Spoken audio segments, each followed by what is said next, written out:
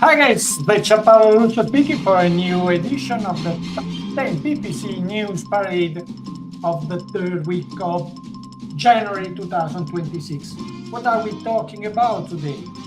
Google Ads, the agentic e-commerce model and direct offer were presented, but there still are problems with automation and product. Mistakes to avoid in 2026, a mini guide to demand gen campaigns, video promotion on YouTube, marketing media, marketing mix model comparison, brand linking, and migration from content to merchant API. For Meta Ads, segmentation and other small innovation, how to use them and how to set them properly. TikTok ads, new sales channel partners, and 2026 trends announced by TikTok themselves. Microsoft January news and touch points with LinkedIn ads targeting options. Okay, but before entering the PPC News-Parade, we have some extra content. The first one is by Andy Taylor on LinkedIn.com, and he is commenting briefly the Q4 2025 digital ads benchmark report, and it's explaining some interesting evolutions in our industry. The second extra post is by Microsoft, and it's the regular update of what is has been released in and will be released in January on performance market campaigns and other minor updates in Microsoft advertising. The third one is a little more problematic for us as advertisers, because Ribamink from LinkedIn.com has shared what happened to MCC, so an account manager which was hacked, even if it was protected by a double-factor authentication. So this is quite worrying, and a lot of people is reporting this hackers exploit in Google Ads. So be very, very careful, even when you don't perfectly recognize the where a message comes from. TikTok has announced the trends for 2026 for marketers involved in the platform, and so we'll see if they will effectively modify the way are driven in the platform. But let's start with the news number 10.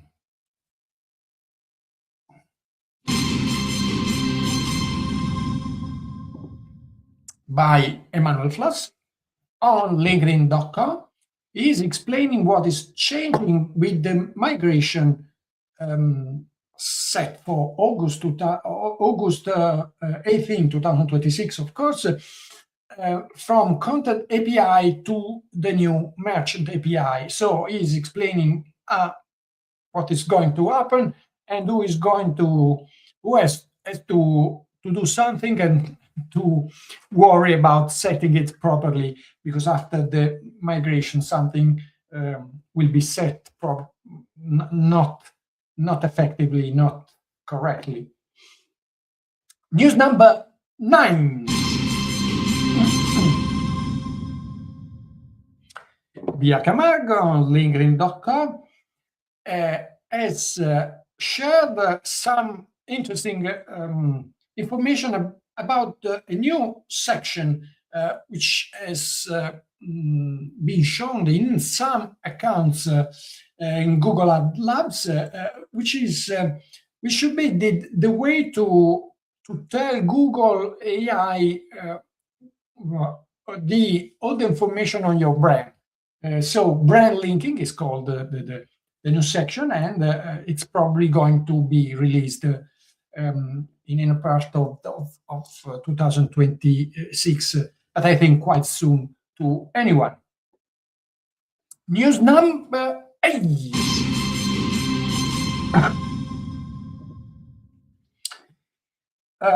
Very nice post by Benjamin Werner on searchengineland.com. He's explaining the differences, he's comparing media mix modeling, complete tools, open source tools like Meridian by Google and Robin by Meta, but not only, also Orbit and Profit. And is explaining what you can expect by any platform and why you should choose the one or the other. News number 7.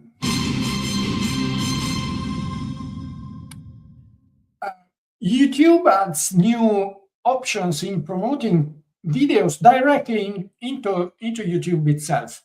So it was a simplified way to push for video contents. Now it's been enriched with some other options, which was previously available only in Google Ads.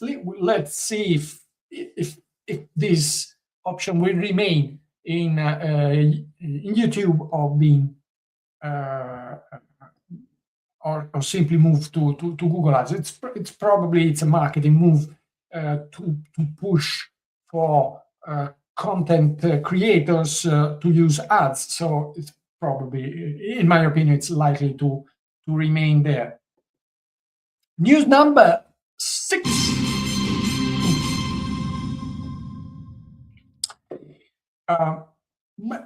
Post by Nava Hopkins on searchengineland.com, and she's explaining here all the touch points between Microsoft advertising and LinkedIn ads targeting option, which are of course very interesting for B2B businesses, but not only, because there are a lot of options which could set a real advantage for Microsoft in comparison with Google Ads.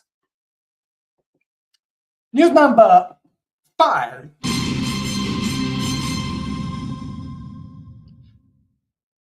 Two posts by Jill Saskis-Gale on demand gen campaigns. The first one is a sort of mini guide, and it's on searchengineland.com.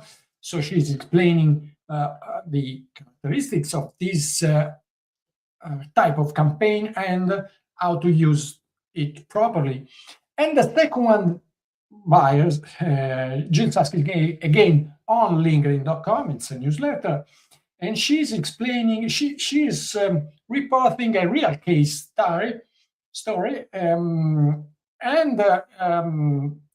explaining her methodologies to have all the measures of assets working effectively. So the 5 per 5 rule, and many other interesting consideration on a real case. News number 4. TikTok has announced the new channel sales partners, which are C4 Analytics, Diginous, Locally Q, Local Position, Optio, and Scorpio. Those are platforms capable of managing TikTok ads besides other PPC platforms.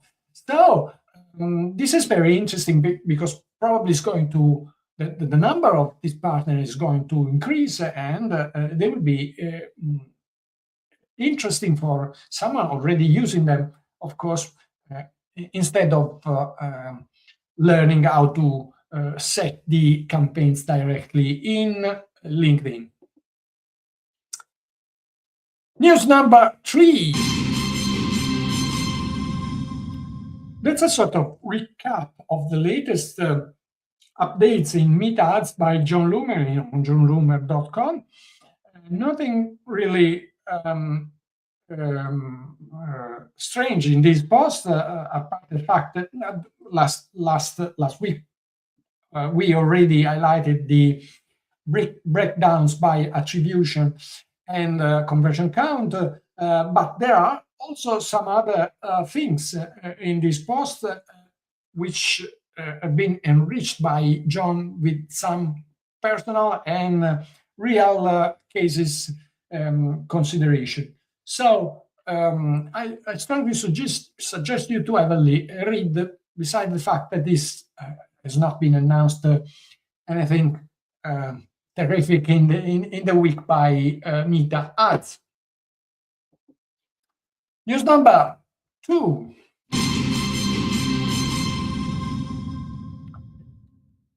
Brad Geddes on searchengineland.com is explaining which are the 10 most problematic, the biggest mistakes on Google Ads to avoid in 2026. And I would subscribe to each point of this top 10, starting from conversion tracking problem to matching types, ad strength, suggestions, tips by the platform, automatic recommendations, and so on. That's a very interesting recap. And if I would have done it myself, it wouldn't be so much different from the one by Brad. News number 1.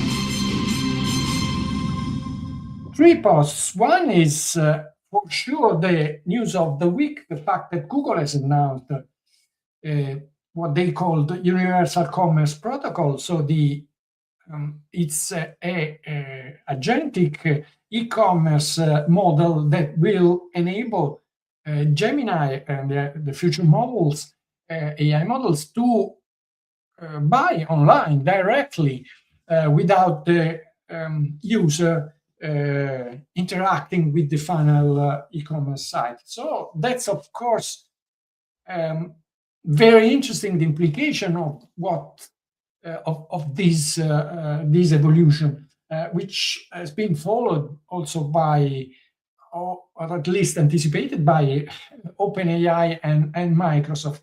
So all the big tech are going in this direction, and we probably will probably buy things online simply asking them to an AI agent, and it's not even certain that we will see the site in which they are promoted. The second thing posted by Google, again, the first thing was the link I was suggesting to read was a comment by Alex van der Poel on LinkedIn on this news. The second is by Ginny Marvin, so it's a recap of the news. In the first comment, you will see the official release by Google, and it's called Direct Offers. Is a sort of automatic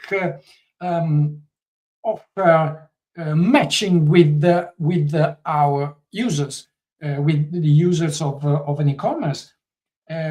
But the problem here is that this automatic matching is already problematic even for products. Imagine for offers. And here, a post by Emmanuel Flossi on feedarmy.com is explaining why Google is failing a lot of time in importing products automatically in the merchant center, and which are the problems linked to this wrong imports. So we are going that way, but the way is still long. This is all for this week. If you made the ROI video, and if you like this PPC News Parade, please like, comment, or share it. Ciao!